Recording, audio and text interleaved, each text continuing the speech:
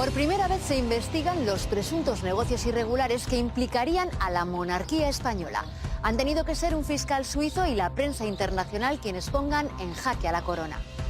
Empezamos a investigar para ver si hay algo o no y descubrimos que sí, pero que no era sobre lo que se decía en los medios españoles. La investigación que está haciendo ahora el fiscal es sobre otra fundación. Yo he descubierto que efectivamente tiene cuentas y fundaciones, fondos fuera de España. La amiga de Juan Carlos de Borbón, Corina Larsen, está siendo investigada como presunta testaferro y ella denuncia en declaraciones a 360 grados amenazas de muerte que implicarían al Estado español y que, según dice la Casa Real, no ha querido parar.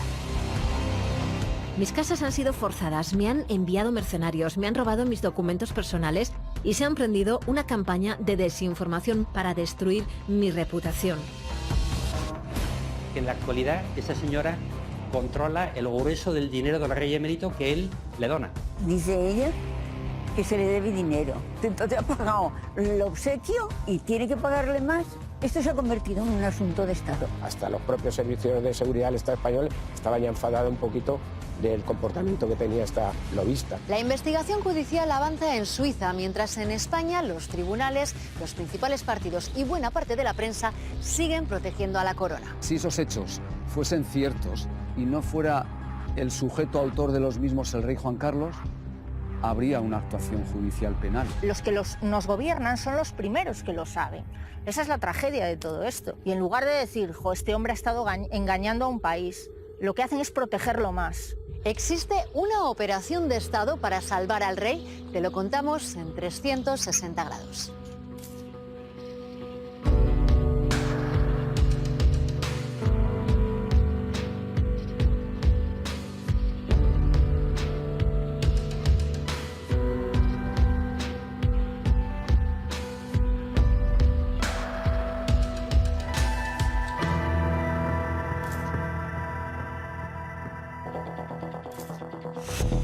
Un nuevo escándalo se cierne sobre la Casa Real Española, esta vez con trascendencia judicial, aunque no en España. La justicia suiza ha levantado el velo y ha dejado ver un entramado de sociedades opacas que habría servido presuntamente para ocultar el pago de comisiones relacionadas con Juan Carlos de Borbón. Las alarmas han saltado y Felipe VI se ha visto también señalado. La reacción ha sido tan inmediata como discreta. Los poderes del Estado se despliegan para proteger a la monarquía. La pandemia ha servido de cortafuegos, pero el virus que acecha la corona podría ser letal.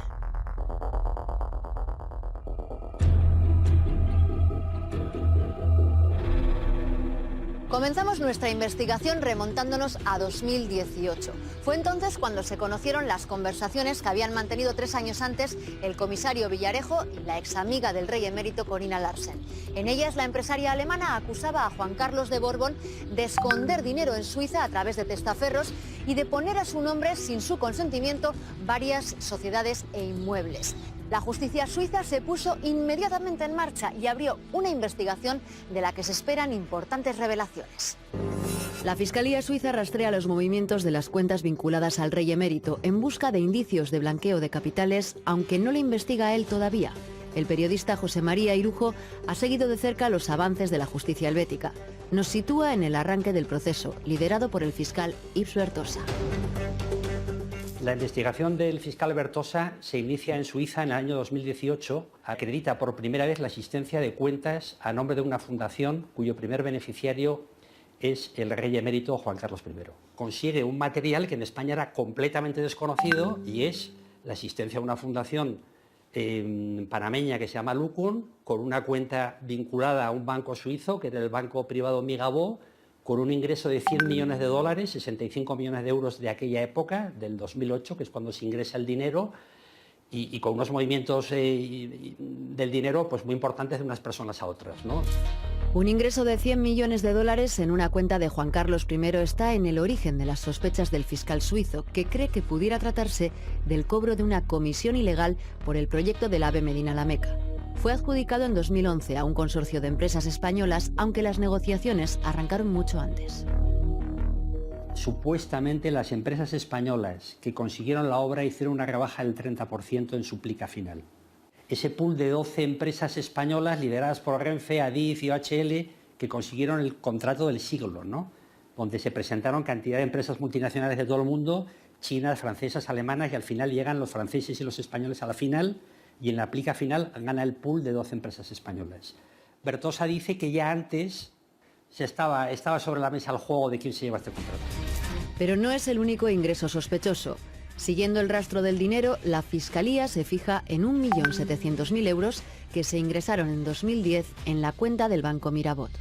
Cuando Bertosa interroga en agosto o septiembre del 18 a Arturo Fasana sobre estos pagos, porque él gestiona esa cuenta y es el responsable de esos ingresos, la respuesta que da Fasana textual es: en abril del 2010 el rey venía de viaje desde Abu Dhabi, me llamó por teléfono diciendo que quería comer y almorzar conmigo en mi casa, me contó que el rey de Bahrein le había ofrecido 1,9 millones de dólares y que los había recibido. Y según la declaración textual de Fasana, la entrega de ese dinero en su casa se la hizo el rey emérito, entonces jefe del Estado. Hablamos del 2010, en una maleta. No hay más detalles sobre ese pago. Arturo Fasana es un viejo conocido de la justicia española. No solo fue el asesor de Juan Carlos de Borbón, sino también de Francisco Correa, cerebro de la trama Gürtel. Les vincula la famosa cuenta Soleado, el refugio del dinero de varios millonarios españoles en Suiza. Entre ellos estaría el rey emérito, según confesó el propio Correa, y también el empresario y antiguo amigo del monarca Javier de la Rosa. Queremos saber cómo se realizan en Suiza las investigaciones que persiguen ingresos sospechosos, como los realizados en las cuentas presuntamente vinculadas al rey emérito. Para ello nos ponemos en contacto con el exbanquero Rudolf Elmer, que conoce perfectamente los entresijos de la banca de su país. Asegura que Suiza sigue siendo un paraíso para las grandes fortunas, porque las investigaciones que se abren para conocer el origen del dinero son largas y dificultosas. La investigación consiste en revisar los formularios de apertura de la cuenta, verificarla para conocer a los clientes, comprobar el origen de los fondos y el destino de los mismos. Estas investigaciones llevan mucho tiempo y muchos recursos, por lo cual el resultado es normalmente una historia interminable. Estos casos suelen finalizar porque tienen un tiempo limitado y acaban siendo cerrados. Suiza no es solo un refugio de impuestos, también es un refugio legal para criminales porque se utilizan muchos trucos sucios para proteger a estos clientes. Las dificultades a las que se está enfrentando la justicia helvética para acceder a la información de las cuentas ha entorpecido igualmente el trabajo de la prensa suiza. Aún así, gracias a ellos se han conocido las claves de los supuestos negocios paralelos del rey emérito que en España no se habían publicado. La periodista suiza Caroline Zumbach fue la primera en publicar las pesquisas de la Fiscalía helvética en el diario Tribune de Genève. Empezamos a investigar para ver si hay algo o no y descubrimos que sí, que había una investigación, pero que no era sobre lo que se decía en los medios españoles, porque se hablaba mucho de una fundación, pero descubrimos que la investigación que está haciendo ahora el fiscal es sobre otra fundación, que es la Fundación Nuku. El fiscal lo que está buscando ahora de saber es por qué Juan Carlos recibió este dinero. Tener informaciones ya cuando toca a los bancos en Suiza es súper complicado porque no, con el secreto bancario con los clientes no dicen nada sobre las cuentas de los clientes. Con el fiscal también porque no dicen nada. Y ahora aún tenemos informaciones, pero sabemos muchas cosas, pero hay muchas cosas que no sabemos. A pesar de las dificultades, la prensa suiza confía en que el fiscal Bertosa llegue hasta el final. Su fama le precede como un abogado que no se detiene ante ningún delito, incluso aunque pueda estar implicado un rey europeo. Bertosa es un fiscal que tiene mucha experiencia, que es el que lleva todos los casos complejos. Ha tenido muchos casos importantes, ha hecho pagar a la HSBC 40 millones, a Dax Petroleum 31 millones, ha puesto un ex jefe de la policía guatemalteca en la cárcel. O sea que tiene experiencia y irá hasta el final. Si puede encontrar algo, irá hasta el final. Lo que está muy claro es que Bertosa no va a dejar el caso hasta que tenga que dejarlo, porque llegamos a la fecha al que en 2023 el caso estará prescrito o hasta que llegue a encontrar las pruebas que hay una relación entre el AVE de la Meca, una comisión del AVE de la Meca y los 100 millones de Arabia Saudí. El periódico británico The Telegraph llevaba meses investigando la fortuna del rey emérito español. Su corresponsal en Madrid ha podido confirmar la vinculación de Juan Carlos de Borbón con dos fundaciones opacas. Pero además, James Badcott dio en el blanco. Halló el nombre de Felipe VI en la Fundación Lucum, una exclusiva que tuvo importantes consecuencias. El rey Juan Carlos, como se había rumoreado durante muchísimos años, hasta el punto de que se daba casi por hecho, pues resulta que sí, yo he descubierto que efectivamente tiene cuentas y fundaciones y fondos fuera de España. Tiene dinero fuera de España que no está declarado en España. Es dinero que es fruto de sus actividades empresariales privados. Pueden ser comisiones, donaciones que recibe. Yo he descubierto que tiene por lo menos dos fondos fuera que él utiliza y donde él es beneficiario. El más relevante quizás es el fondo Lucum. La Fundación Lucum fue creada en 2008 en Panamá, un paraíso fiscal. A su nombre se abre una cuenta en la banca suiza Mirabaud, donde se ingresan los 100 millones de dólares investigados por la Fiscalía Suiza. El tema de que sea offshore es muy interesante porque Panamá es un paraíso fiscal donde puede interesar a alguien tener su fortuna si quiere que sea opaco con intereses de pagar impuestos, ¿no? en su propio país. O incluso con intereses de lavar dinero, ¿no? De hacer movimientos de dinero de una persona a otra sin que haya ningún tipo de control, ¿no? Sus gestores son el broker suizo Arturo Fasana y el abogado también suizo Dante Canónica, investigados actualmente. Como consta en los papeles fundacionales, el primer beneficiario de los fondos es Juan Carlos I y el segundo Felipe VI. Quiere decir que en el momento de la muerte de su padre heredará la fundación y hay una especie de petición que él use los fondos que herede en esta cuenta para satisfacer las necesidades, siempre que sean razonables, lo dice, de su madre, de doña Sofía, de sus hermanas, Cristina, Elena, y también de sus sobrinos y sobrinas, los hijos e hijas que tienen y que puedan tener sus hermanas. Y también hay otra fundación de la que yo he visto pues, los papeles y he visto los detalles de cómo se organiza. Y esta fundación se llama Fundación Zagatka. Parece que hay una tendencia, un patrón, ¿no? De que él siempre tiene dinero fuera y dinero grueso, ¿no? Realmente dinero para mantener un tren de vida mucho más elevado, mucho más extravagante, que le permitiría su sueldo, digamos, ¿no? de aquí, de la Casa Real. La Fundación Zagatka fue creada en 2003 por Álvaro de Orleans Borbón, primo lejano del rey emérito. Radicada en Liechtenstein, dispone de una cuenta en Suiza que ha engordado desde los 9.000 euros iniciales a más de 14 millones de euros. El origen de ese fondo es una comisión cobrada por reunir accionistas en la venta del banco zaragozano al banco británico Barclays. Da el hecho de que el rey tenía bastantes conexiones con los Albertos, que eran los principales accionistas de zaragozano en ese momento.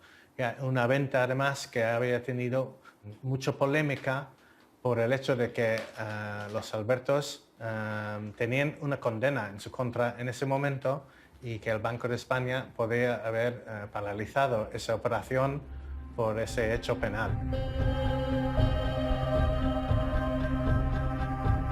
Álvaro de Orleans asegura que el objetivo de su fundación es ayudar a las familias reales europeas y que por eso costeó durante 11 años los vuelos de Juan Carlos I en aviones privados. Juan Carlos, digamos, usa o beneficia del dinero que tiene esa fundación. Entre 2016 y 2019, solo 3 años, por ejemplo, se pagaron vuelos privados suyos por todo el mundo a una cantidad de 5 millones de euros. No hay explicaciones oficiales sobre esos viajes ni los motivos, pero claro, como tampoco se pagan con fondos oficiales, ¿no?, de la Casa Real, pues todo queda en un ámbito privado y personal.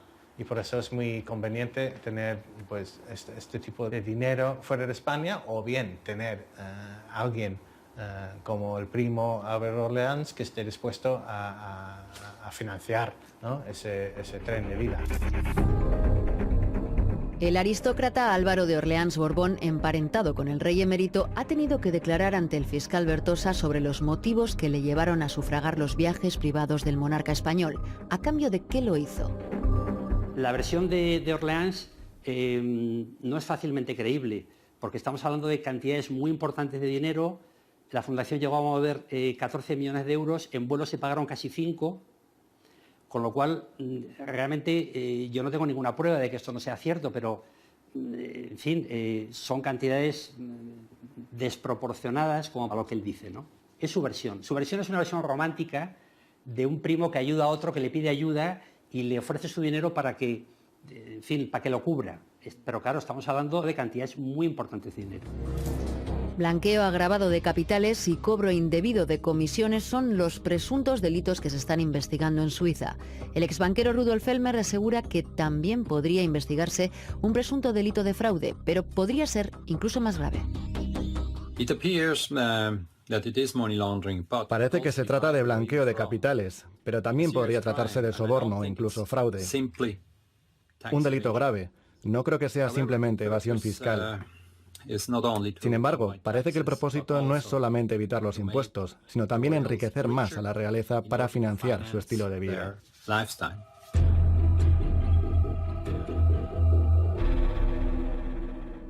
La Fiscalía suiza investiga un supuesto caso de blanqueo de capitales. Por ello realiza un seguimiento del dinero y descubre que en 2012 se cierra la Fundación Lucum. Pero antes el dinero de la cuenta se traslada de manos.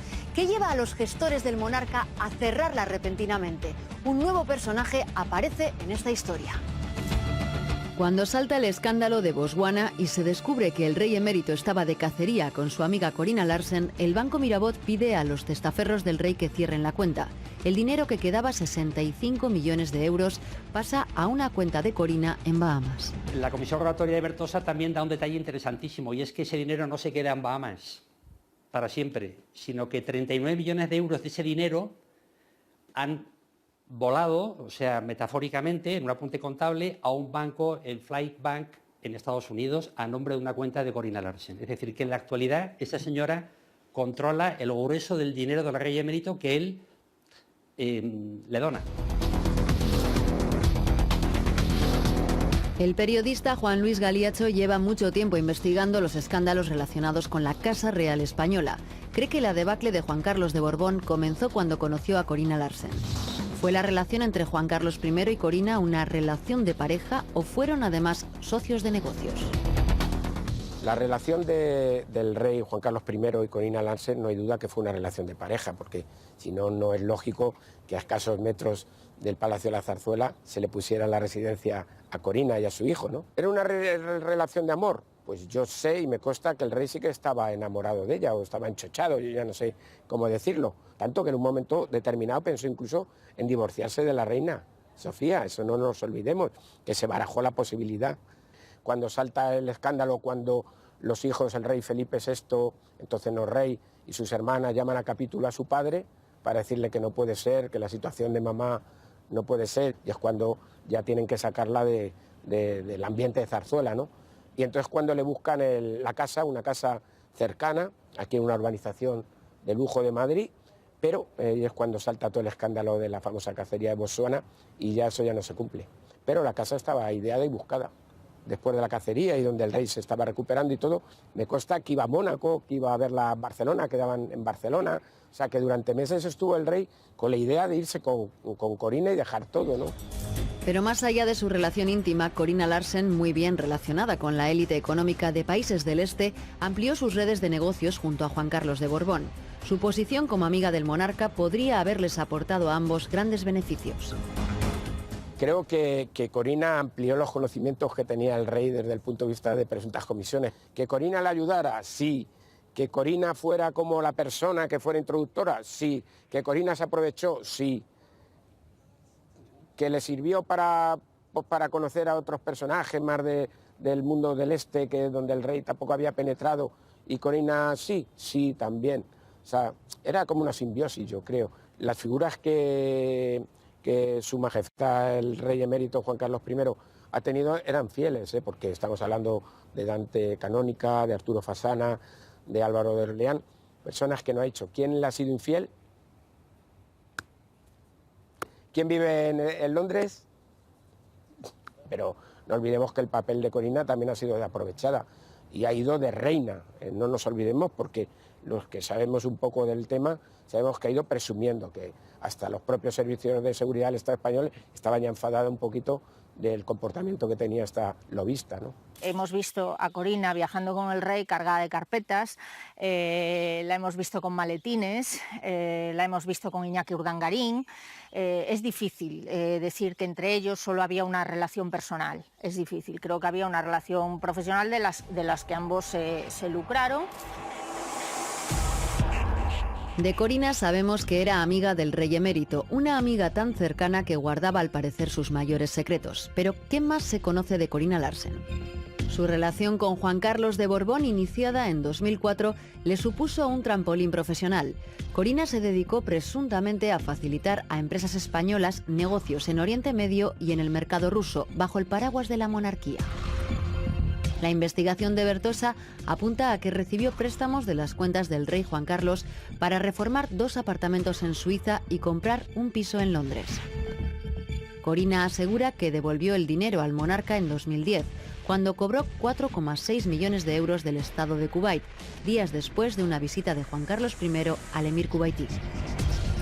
En 2012 se convierte en el centro de todas las miradas cuando se descubre que el rey emérito estaba de caza en Botswana con ella. A partir de este momento, su vida cambia. La veterana periodista Carmen Rigal, curtida en cubrir informaciones sobre la Casa Real y que ha acompañado al rey emérito en algunos de sus viajes oficiales, ha sido testigo de cómo la vida privada del monarca y la pública se han solapado, hasta convertirlo en un problema de Estado que puede acabar en los tribunales. Yo recuerdo un viaje que va el rey, avanza en un aeropuerto por una alfombra roja y detrás de él va Corina. Lo que le interesaba del rey que también como plataforma a ese mundo, porque uno de los principales motivos de enfrentamiento con el monarca últimamente fue porque no se le habían dado las comisiones que ella exigía. Aparte de los 65, que es un obsequio del monarca, dice ella que se le debe dinero. Es muy generoso, entonces ha pagado el obsequio y tiene que pagarle más. Esto es increíble. Esto se ha convertido en un asunto de Estado. Tuvo que mediar hasta el CNI. La relación entre el rey Juan Carlos y Corina Larsen se acaba a raíz de la cacería de Botswana, cuando se entera toda España de lo que ha ocurrido, pide perdón. Lo siento mucho, me he equivocado y no volverá a ocurrir. Y luego retiran de Corina, incluso se utilizan los servicios secretos españoles para ir a hablar en concreto a Félix San Roldán, al jefe del CNI, para ir a hablar con Corina a Londres a decirle que hasta aquí hemos llegado. Pero claro, ella dice, ahora me vais a dejar a mí de aquí, fuera, tirada, de eso nada. Y es cuando empieza pues la guerra que ha comenzado, ¿no? Corina Larsen está siendo investigada por la justicia suiza. Hemos querido recabar su versión y Corina ha aceptado una entrevista con 360 grados. Corina se defiende ante los que le acusan de apropiarse del dinero del monarca. Ante nuestras preguntas mantiene que se trata de un generoso regalo que nunca solicitó. Sostiene que ciertas personas han tratado de manipularla y que su relación con el rey emérito le ha traído graves problemas. Tras conocerse la relación extramatrimonial del monarca, Corina Larsen abandona Madrid y se instala en Mónaco. A partir de ahí, asegura, comienza a recibir amenazas y coacciones. Se siente amenazada desde hace 8 años. Nos hace un relato estremecedor.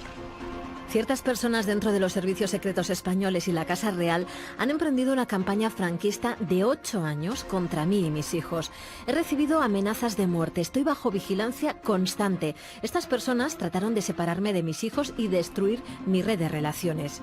Mis casas han sido forzadas, me han enviado mercenarios, me han robado mis documentos personales y se ha emprendido una campaña de desinformación muy extensa en los medios de comunicación para destruir mi reputación. ¿Me siento amenazada? Sí.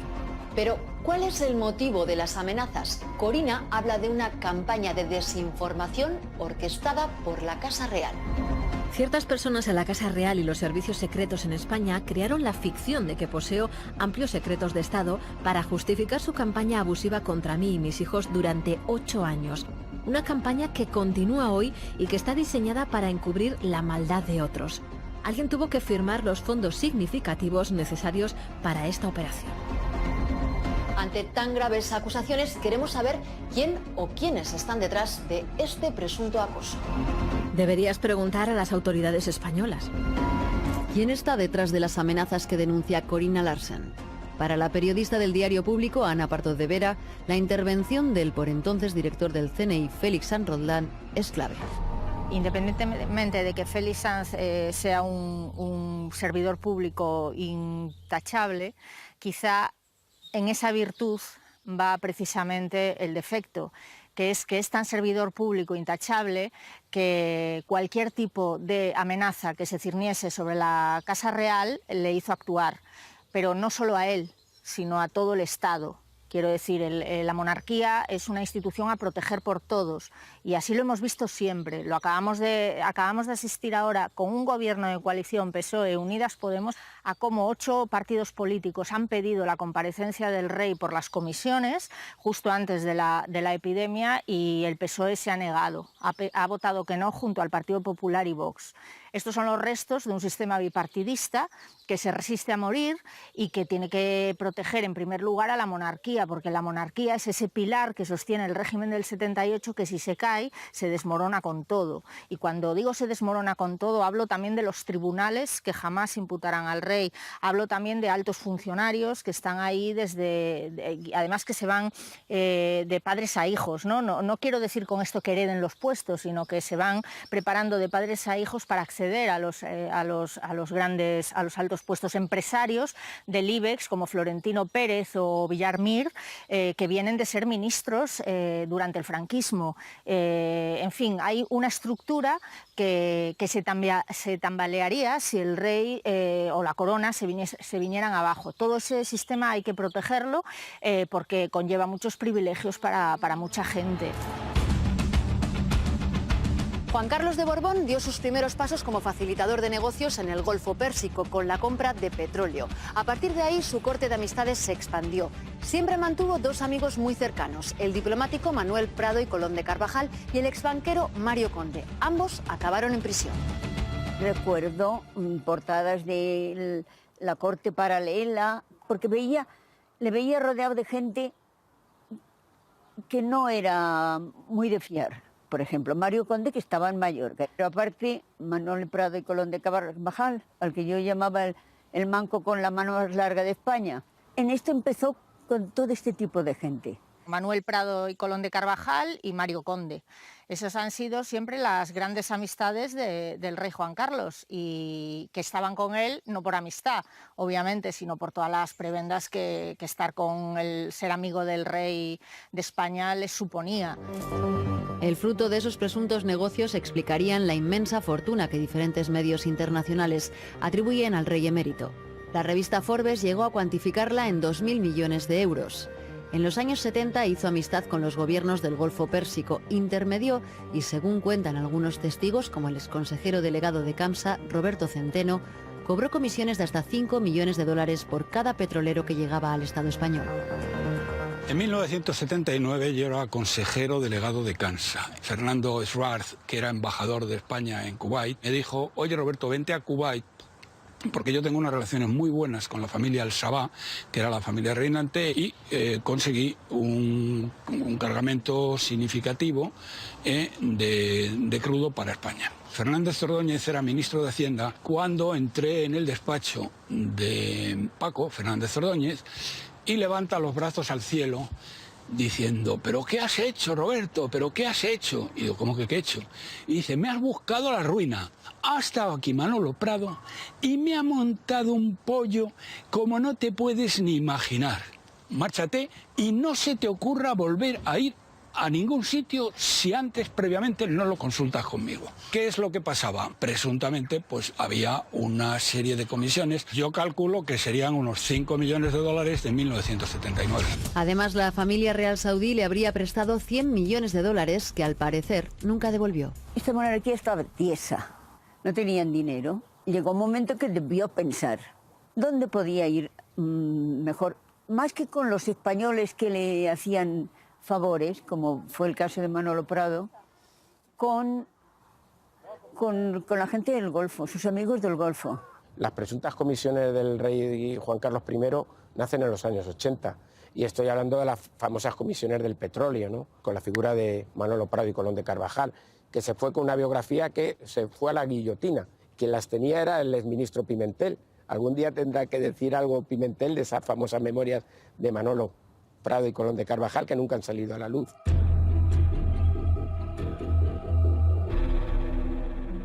Queremos saber si durante el reinado de Juan Carlos I las presuntas comisiones que investiga ahora la justicia suiza pasaron desapercibidas para los poderes públicos del Estado español. Gobierno, empresarios, prensa, ¿conocían lo que se gestaba durante los viajes oficiales del rey? El poder judicial en España está con el rey y no van a participar en ninguna cacería contra el rey. Podría haber un juez que lo intentara, el que juzgó a la infanta. Ana Pardo de Vera se refiere al juez José Castro, quien fue asignado para instruir el caso Palmarena y ha sido hasta el momento el único magistrado en imputar a una infanta, Cristina de Borbón. Fue forzado a jubilarse tras sufrir todo tipo de presiones, tal y como denunció la asociación Jueces para la Democracia. Lo intentó. ¿Y cómo acabó? Lo pusieron, o sea, fue las presiones que ese hombre recibió, la cacería que se hizo contra él, fue horrorosa. Y eso con la hija del rey emérito, con unos indicios y unas pruebas absolutamente incuestionables, que a cualquier otro ciudadano le habrían costado la cárcel, seguro, pero al rey emérito, un juez solo sabe que no se puede enfrentar a todo el sistema. Investigar a un rey emérito que además por las propias leyes de su país, España goza de inmunidad. Eso se encargaron muy bien de dejarlo todo atado y bien atado cuando el rey abdicó, Soraya Sáenz de Santamaría y Alfredo Pérez Rubalcaba, que en paz descanse. Eso era lo que más les preocupaba de la abdicación, la inmunidad del rey, porque sabían lo que se le venía encima. Desde el momento de su abdicación, Juan Carlos de Borbón perdió la inviolabilidad inherente a su cargo, pero el gobierno de entonces, del Partido Popular, agilizó los trámites para dotarle de un aforamiento, por lo que solo podría ser juzgado por el Tribunal Supremo. Para el catedrático de Derecho Internacional Privado, Juanjo Álvarez, esta sobreprotección del monarca va contra la propia democracia. En una democracia a mí me parece un oxímoron democrático, una contradicción democrática, que haya alguien que, emergiendo de la propia democracia y por el mero hecho de ser jefe de Estado, devenga directamente inimputable respecto de cualquier circunstancia que pudiera afectarle a él, no ya solo como jefe de Estado, sino como persona física. Y yo creo que con independencia de quién ostente y de lo mejor o peor que pueda caer una persona, es sencillamente inaceptable e inasumible un privilegio de tal alcance en democracia. Es sencillamente antidemocrático. Ante la menor amenaza que acecha a la corona, todo el sistema se despliega en su ayuda. Ha sido así desde la época de la transición. Es cierto que el arco político español, ¿no?, y efectivamente con independencia de orientaciones ideológicas en general, de derecha a izquierda, han venerado de una manera reverencial a la figura del monarca en lo que representa y a la jefatura del Estado. Porque es que se asocia, en mi opinión, a una incorrecta manera de entender la llamada lealtad constitucional. Esa es la lectura que nos quieren hacer ver, que protegiendo al rey son buenos españoles leales a la Constitución y a la defensa de la unidad. Ese es el mensaje que nos estás mandando a la ciudadanía. Pero el rey no ha ido solo en sus viajes oficiales. Ministros del Partido Popular y del Partido Socialista lo han acompañado a lo largo de su reinado y habrían sido testigos silenciosos de sus presuntos negocios privados. Los que nos gobiernan son los primeros que lo saben. Esa es la tragedia de todo esto. Y en lugar de decir, este hombre ha estado engañando a un país, lo que hacen es protegerlo más. No hay pruebas, pero sí testigos. Testigos de muy alto nivel, además, puedo decir incluso exministros del Partido Socialista, que sí estaban convencidos de que había habido un pago de comisión a Juan Carlos I. Sí, me decía uno de ellos, no es de recibo que el rey Juan Carlos actúe como si nadie se diera cuenta de que esto está pasando.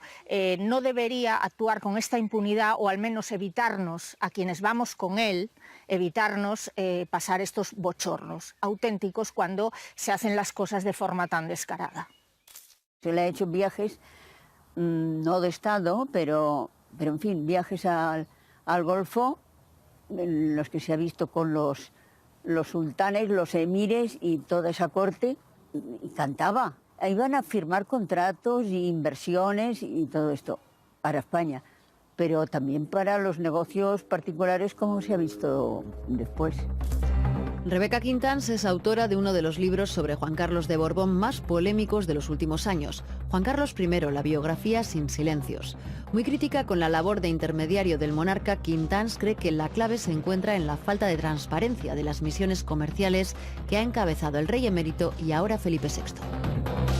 La monarquía española está muy protegida dentro del Estado español, pero en lo que es Europa no tiene la misma protección. Todas las críticas vienen de fuera y pocos medios de comunicación son un poco críticos con estas actividades. La prensa española nunca ni vigiló, acompañó los viajes oficiales a Juan Carlos y ni siquiera informó adecuadamente de lo que se estaba haciendo en esos viajes y qué empresarios en concreto viajaban con el rey Juan Carlos, qué reuniones tenían, aparte de las reuniones protocolarias que sí que se recogen ya en la página web de la Casa Real, ¿no? Como mucho se dice en general que viajan con él algunos empresarios. Hay periodistas que están en esos viajes, pero tampoco dan el listado completo. Y bueno, esto pasaba con Juan Carlos y pasa con Felipe. Ha tenido que ser la prensa internacional la que desvelara los escándalos relacionados con la Casa Real. ¿Cómo se ha conseguido el aparente silencio del periodismo español? La periodista Ana Pardo de Vera habla de que, en defensa de la seguridad nacional, se han diseñado estrategias para minorar el impacto de ciertas informaciones. Nosotros tuvimos conocimiento en público de una comida que no trascendió porque resultaba imposible confirmarlo y no había fotos, de una comida que convocó la presidenta entonces del Congreso, Ana Pastor, con las cabezas de los grandes grupos de comunicación, entre ellos también los de televisión, que no son tantos. Y esa comida pues formaba parte de una estrategia habitual que consistía en recibir información directamente. No sé si había alguien de la Casa Real, no lo sé. Consistía en recibir información directamente de la situación y decir cómo se tenía que manejar y cómo les gustaría que se manejase por seguridad del Estado. La prensa sigue siendo vasalla de la monarquía y negándose a publicar cosas críticas sobre Felipe. Y como mucho va a sacar algunas cosas inevitables sobre Juan Carlos porque las sacan en la prensa europea, pero siempre protegiendo al máximo la figura de Felipe. Las presiones mediáticas en España han existido siempre de cara a la Casa Real. Yo recuerdo cuando yo saqué la revista Época, el primer escándalo amoroso del rey con Marta Gallá, no había ningún medio que lo sacara, teníamos que esperar a que la prensa italiana o francesa sacaran para que luego la española la rebotara, ¿no? Yo también fui el primero que denunció el caso Nos y también tuve presiones, inmediatamente se quitó de la página web de la COPE donde lo dije, ¿no? O sea, duró menos que un caramelo en la puerta de un colegio. Lo que pasa es que hoy en día es muy difícil ya mantener esas presiones, pero que la Casa Real está todavía controlada en España, yo creo que sí, eso está claro. Otro ejemplo de cómo se contienen las informaciones negativas sobre los miembros de la familia real lo encontramos en los días previos a la exclusiva del diario The Telegraph. James Babcock está convencido de que la Casa Real trató de amortiguar el impacto de su información. Los días anteriores a la publicación de la información de Lukum y de Zagatka, el día 14 de marzo, contacto con los implicados y me sorprendió un poco ver, creo que fue el viernes, que El País sacó un artículo sobre la Fundación Zagatka, ¿no? Y creo que menciona que don Juan Carlos está entre los beneficiarios de esa cuenta. Lo que no mencionó era que Felipe también estaba en esa fundación como beneficiario cuarto. Uno puede pensar que la intención quizás era amortiguar un poco el golpe de la información completa que iba a salir ese fin de semana en el Telegraph. Nosotros publicamos solamente que estaba el rey emérito como tercer beneficiario, porque cuando tuvimos esa información no teníamos la totalidad íntegra de los estatutos, teníamos solo varias de las primeras páginas que llegaban exclusivamente hasta el rey emérito. Ojalá lo hubiéramos tenido, esa información era muy relevante.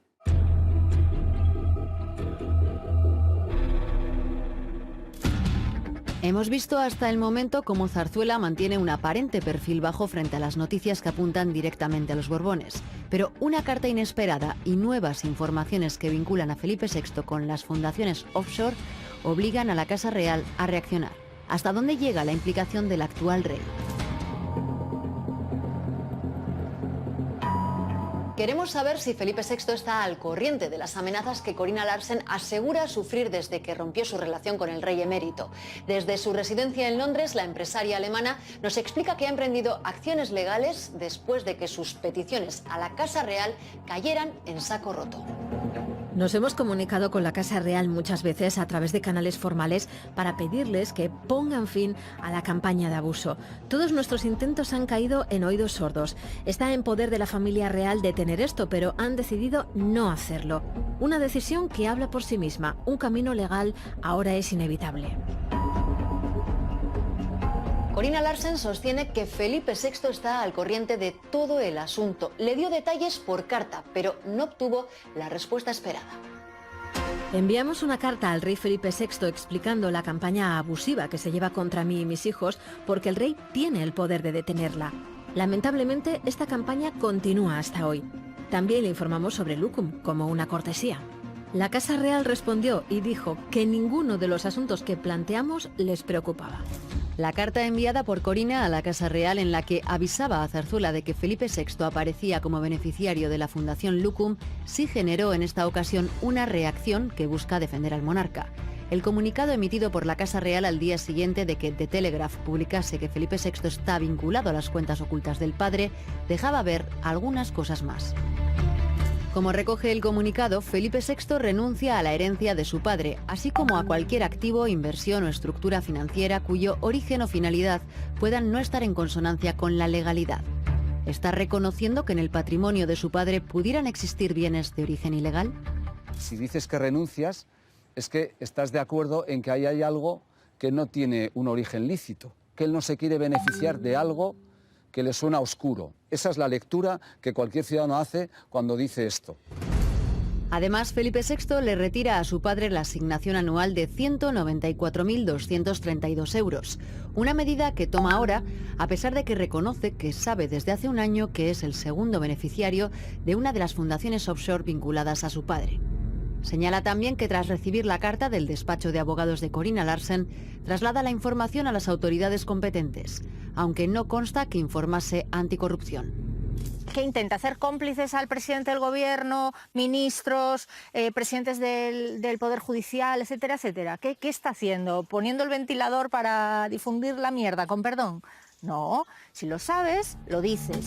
38 días después de recibir aquella carta, rechaza ante notario los beneficios que pudiesen corresponderle como heredero de la fundación, tal como consta en el comunicado. ¿Estaba el monarca protegiéndose para cuando la noticia saltara? Yo creo que Felipe VI tiene buenos asesores. Hace una declaración notarial que es un acta de manifestaciones para que conste el momento temporal en el que él, conocedor de esto, manifiesta que no quiere tener nada que ver. Y lo guardo en un cajón, porque le parece poco prudente airearlo en ese momento. ¿Cuándo lo airea? Cuando ve que todo el mundo vamos a acabar conociendo esto. Y en ese momento dice, oiga, que yo en este momento ya dije que no quería nada. Ah, ¿y por qué no lo ha reconocido públicamente? Hombre, porque me hace daño a mí como persona y a la institución. El comunicado concluye con otra revelación, esta vez de su padre. El rey emérito asegura que Felipe VI nunca fue informado sobre las dos fundaciones. ¿Realmente no sabía nada el monarca de su existencia y de su vínculo con ellas? Esto ha sido un gesto de puro maquillaje, es decir, no ha habido una petición de perdón de yo sabía que mi padre estaba en todos estos tejemanejes de comisiones, dinero, etcétera, etcétera, lo sabía y no dije nada. Porque esa es la cuestión no es que ahora renuncie, la cuestión es que él sabía todo eso y se cayó, y si no lo hubiese sacado el Telegraph, él no habría dicho nada. Puede que alguna cosa no estuviera al corriente, pero de lo otro sí. Porque pasaba ante sus ojos y lo sabíamos el resto de los españoles. Me va a decir el que él no lo sabía. Él claro que lo sabía también. Digamos que lo que Felipe VI nos está pidiendo es que creamos que él, aunque pudiera saber, como cualquier persona más o menos informada en España, de que su padre haya estado presuntamente en bastantes fregados un poco turbios, nunca había sospechado de que él, Felipe, podría estar involucrado en algo de esto como beneficiario en ningún documento. Pues es bastante pedir. Yo creo que es el único comunicado que podía hacer el jefe del Estado en la actualidad. No tenía otra salida. Contando la verdad, no sabemos si es completa o no, rechazando de esta forma tan rotunda a su padre, quitando la asignación real y renunciando a cualquier tipo de herencia. El rey Felipe VI y su padre en estos momentos, uno por un lado y otro por el otro, porque tampoco le interesa la guerra, ¿no? No le interesa a nadie esa posible guerra, porque igual que tienen documentos de Juan Carlos, pues también hay quizá documentos, eso no lo digo yo, me lo dijo el primo de Leticia, que también ha desaparecido. Hemos localizado a David Rocasolano, primo de la reina Leticia. Nos atiende por teléfono, no quiere hablar a cámara por miedo a represalias. Nos cuenta que su vida es un infierno desde que en 2013 publicara un libro sobre la entonces princesa de Asturias. Nos asegura que lleva en juicios desde entonces y que ha sufrido 8 inspecciones de Hacienda. Yo creo que información sobre el rey Juan Carlos, creo que hay muchísimas más que pueden ir saliendo, y también será interesante probar esto de hasta qué punto Felipe VI haya podido hacer una separación limpia, ¿no?, de su reino al estilo de reinado de su padre. Felipe VI ha renunciado a la herencia del padre, pero no al parecer a su legado como facilitador de negocios a empresarios españoles. Continúa con las misiones empresariales oficiales en las que la transparencia informativa sigue dejando mucho que desear. No es un secreto que cada vez que se quería hacer un negocio con Arabia Saudí, que efectivamente de derechos humanos no sabe nada, pero de millones lo sabe todo, se recurría a la familia real. Se recurría a Juan Carlos I y ahora se recurre, porque también estuvieron allí, a Felipe VI. De algunos viajes, como el último que hizo Felipe, ya como rey, en 2017 a Arabia Saudita, pues la prensa sí que criticó un poco la falta de transparencia, porque no sabíamos qué empresarios exactamente habían ido, ni el detalle de las reuniones que habían tenido y que se había negociado. Y era un contexto muy relevante, porque se estaban negociando retrasos en las obras de entrega del AVE del Desierto. Hubo que negociar, todas las pérdidas prácticamente las asumió Adif Renfe, que es la empresa pública, o sea que las asumimos todos los españoles, y también se negoció la venta de armas y de las famosas corbetas que se estaban haciendo en los astilleros de Cádiz, ¿no? Pero está asumiendo la representación del Estado español en cumbres internacionales, como la cumbre de Davos, o en las asambleas de Naciones Unidas, o en cumbres de países africanos, en donde viaja con empresarios españoles, donde se firman acuerdos y no hay transparencia. Desde la cacería de Botswana, la monarquía española no se encontraba en tan serios apuros como ahora. La investigación suiza podría además abrir la veda para que la prensa española investigue sin presiones, como lo viene haciendo la prensa internacional. En este sentido, la opción de sacar al rey emérito de España en una suerte de exilio ya está sobre la mesa. El rey Juan Carlos I evidentemente tiene que buscar un sitio donde ir, ¿no? Porque en estos momentos aquí en Madrid pues la zarzuela ya tiene que salir. Él se refugiaba en lo que es su hija Elena, en la casa de Elena, aquí en el barrio Salamanca, pero tampoco ese es el lugar adecuado para el rey, ¿no? También ha dormido en un hotel, en una suite de un hotel de 5 estrellas durante días, pero tampoco es el lugar, ¿no? Entonces, ¿qué le queda? Pues Europa no es el sitio para el rey. Galicia, que es donde tiene la segunda corte, ha pasado de la corte mallorquina a lo que es la corte gallega, donde está Pedro Campos, donde él se junta con sus amigos en San Censo, sus comidas y tal, pero bueno, tampoco es el sitio perfecto para el rey, sobre todo porque Galicia pues tiene el grave problema de la lluvia y también es un poco oscuro, y al rey siempre le ha gustado lo que es la alegría, la luminosidad, ¿no? Queda pues América, está claro, ¿no? Y dentro de América, ¿qué le queda, no? Pues dentro de América le quedan los Fanjul, sus verdaderos amigos, los reyes del azúcar, los cubanos que mantienen el gran emporio del azúcar en todo lo que es el Caribe, ¿no? Ellos son propietarios de grandes establecimientos hoteleros, casoplones, todo lo que tú quieras en La Romana, en una de las zonas privilegiadas turísticas de la República Dominicana. Por tanto, esa sería la posibilidad que en estos momentos más se baraja de que el rey se pasara temporadas largas allí. No sería un exilio, ¿no? Yo no le llamaría exilio, le llamaría que pasaría grandes temporadas. Tiene consejeros que le dirán cuál es la mejor fórmula para cómo resolver esta situación, si es que tiene forma de resolverse, que lo veo muy difícil, si no es devolviendo el dinero.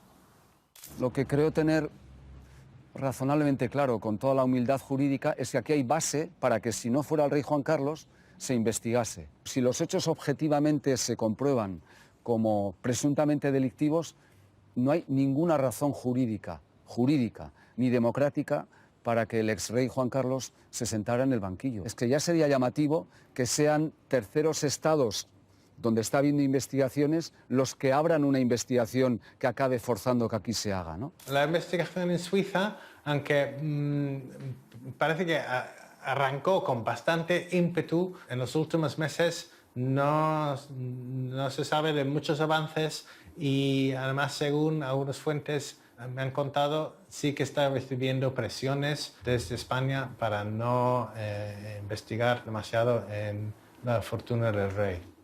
Pero lo que es peor, la Audiencia Nacional, si reabre esta pieza y pide comisiones rogatorias a estos países, Bahrein o Arabia Saudí se va a encontrar con el mismo problema. No va a encontrar respuesta, no va a haber respuesta. Los países del Golfo Pérsico no contestan a las comisiones rogatorias por un asunto de corrupción, no han contestado nunca. Es una misión imposible. Con estos acontecimientos, la monarquía pasa a estar en el umbral de lo que ocurre en toda democracia, sujeto a la sana crítica, y cada vez más crítica, porque cada vez lo entendemos menos en lo que supone, representa y cuesta. Esto en otra época diferente, sin otro tema de actualidad tan potente como el de coronavirus, que se lo come todo, pues habría sido mucho más duro desde el punto de vista reputacional para Zarzuela de lo que ha sido, muchísimo más. Felipe VI juega con alguna desventaja respecto a Juan Carlos I. Es decir, por encima de su persona, la institución está algo tocada y los llamados poderes fácticos cada vez tienen menos temor reverencial a cuestionar aspectos de ese tipo. El padre campechano le ha hecho un regalo envenenado envuelto en un celofán muy complicado a su hijo, sin duda, sin duda. Yo creo que ha hecho un cálculo de generosidad malentendida y le devuelve un boomerang muy peligroso para la institución monárquica, no solo para su hijo, sino para la institución monárquica. Pese a los intentos por diferenciarse del padre, la crisis de las cuentas suizas ha hecho mella en el reinado de Felipe VI, que mantiene un perfil bajo. Apenas se le ha visto durante la epidemia del coronavirus. Superada la pandemia, veremos hasta dónde llegan los tribunales y cuál es el alcance de la herida abierta por el último escándalo protagonizado por el rey emérito.